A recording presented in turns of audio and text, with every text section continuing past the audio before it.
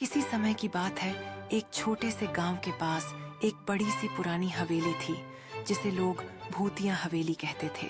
गांव के बच्चे इस हवेली के पास जाने से डरते थे क्योंकि वे सुन चुके थे कि वहां रात को अजीब अजीब आवाजें आती थीं। लेकिन एक दिन गांव में एक नन्हा लड़का जिसका नाम मोहन था आया। मोहन को डर बिल्कुल भी नहीं लगता था और उसे यह कहानी बहुत रोचक लगती थी। उसने ठान लिया कि वह भूतिया हवेली का रहस्य जरूर सुलझाएगा। एक शाम मोहन अपने दोस्तों को बताता है, मैं आज रात हवेली जाऊंगा और देखूंगा कि क्या सचमुच वहां भूत हैं। सभी बच्चे डर के मारे उसे रोकते हैं, लेकिन मोहन नहीं मानता। वह अकेले ही हवेली की ओर चल पड़ता है। हवेली के पास पहुंचते ही मोहन को कुछ अजीब सी आवाजें सुनाई देती हैं। वह डरने के बजाय धीरे धीरे आवाज की ओर बढ़ता है। अचानक हवेली के अंदर एक कमरे से हल्की सी रोशनी दिखने लगती है। मोहन ने हिम्मत जुटाकर उस कमरे में घुसने का फैसला किया। कमरे के अंदर मोहन को एक बड़ी सी पुरानी किताब दिखती है जो एक मेज पर रखी हुई थी। जैसे ही उसने किताब खोली, कमरे में अजीब सी ठंडी हवा चलने लगी और एक आवाज गूंजी, तुमने मुझे जगाया है, अब तुम्हें मेरी मदद करनी होगी। मोहन डरने के बजाय बोलता है, मैं आपकी मदद कैसे कर सकता हूँ? तभी कमरे के कोने से एक पारदर्शी रचना बाहर आती है। वह रचना एक सुंदर महिला का रूप ले लेती है।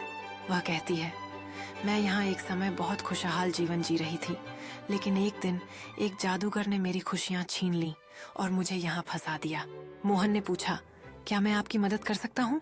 महिला मुस्कुराई और बोली, हाँ, तुम मेरी मदद कर सकते हो। अगर तुम उस जादूगर की किताब को ढूंढकर उसे नष्ट कर दोगे तो मैं मुक्त हो जाऊंगी। मोहन ने तय किया कि वह उस किताब को ढूंढेगा। उसने पूरे कमरे को अच्छे से देखा और अंत में एक पुरानी दीवार के पीछे जादूगर की किताब को छुपा पाया। उसने किताब को खोलकर उसे आग में जला दिया। जैसे ही किताब जलने लगी, हवेली के अंदर से अजीब आवाजें बंद हो गईं और एक शांतिपूर्ण वातावरण बन गया। महिला ने मोहन का धन्यवाद किया और कहा, तुमने मेरी मदद की, अब मैं स्वतंत्र हूँ। तुम सच्चे दिल से मदद करने वाले हो। इसके बाद महिला ने हवेली से बाहर निकलते हुए कहा, अब यह हवेली कभी भी भूतिया नहीं रहेगी। जब मोहन वापस गांव लौटता है तो सभी बच्चे हैरान रह जाते हैं क्योंकि वे सोचते थे कि वह कभी वापस नहीं आएगा। मोहन हंसते हुए कहता है, डर की कोई बात नहीं है। अगर हम सही काम करें तो किसी भी डर को हराया जा सकता है। इस कहानी से हमें यह सीखने को मिलता है कि डर केवल हमारे मन में होता है और अगर हम दिल से सही काम करें तो हमें किसी भी चुनौती से डरने की आवश्यकता नहीं है।